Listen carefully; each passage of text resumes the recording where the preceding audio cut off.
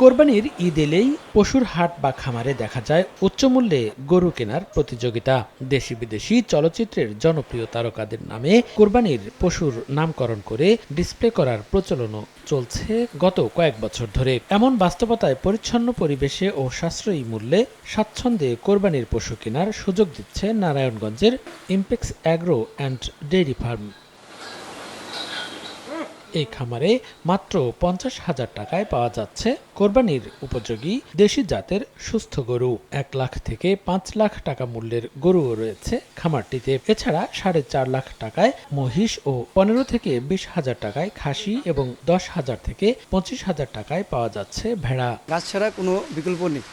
ঘাসের পর আপনার হলো পুরো বসে, এখানে কোনো ফ্যাটেনিং হবে না, কোনো মেডিসিন, কোনো ইনজেকশন কিছু না, অনলি ন্যাচারাল হবে এখানে।